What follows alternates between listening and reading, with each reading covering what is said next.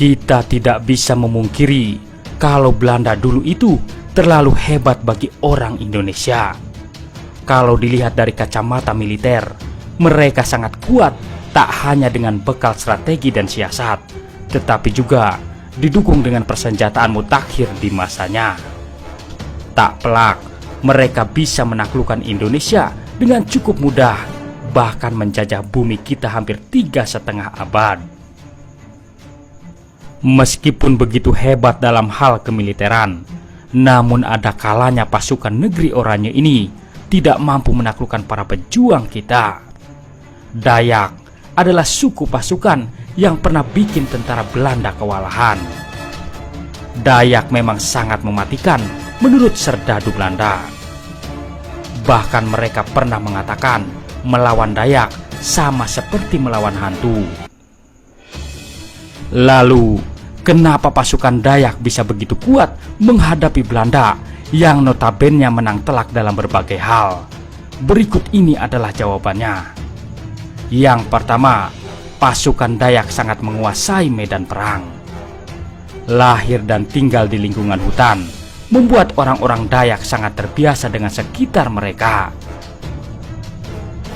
Ibarat anak TK, bagi orang Dayak, hutan adalah tempat bermain mereka, dalam artian sebagai sebuah tempat yang sangat-sangat dikuasai.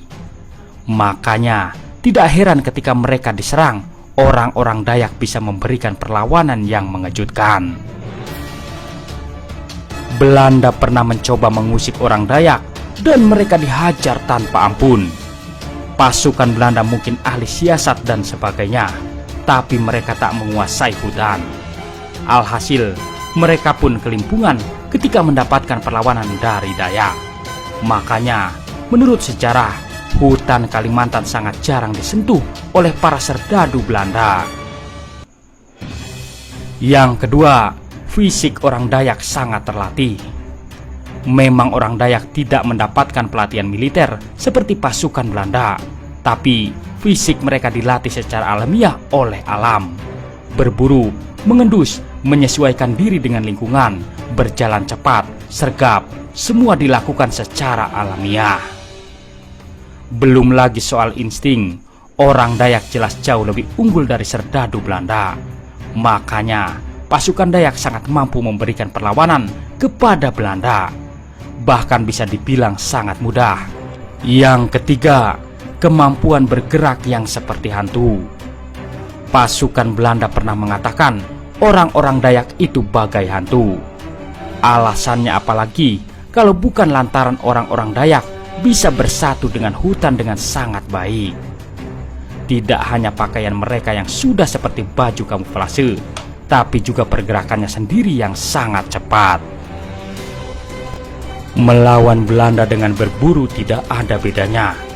Orang-orang Dayak akan bergerak tak terlihat, kemudian menyerang. Mengetahui kemampuan ini, Belanda pun sampai ketakutan. Yang keempat, sumpit beracun tak kalah mematikan dari senapan runduk. Tak hanya bisa close combat atau bertarung dengan jarak dekat memakai mandau kebanggaan, orang-orang Dayak juga bisa melakukan serangan jarak jauh, senyap dan tiba-tiba membunuh. Untuk melakukan itu, mereka menggunakan sumpit beracun yang sangar. Sumpit memang tradisional, tapi jangan tanya soal kemampuannya.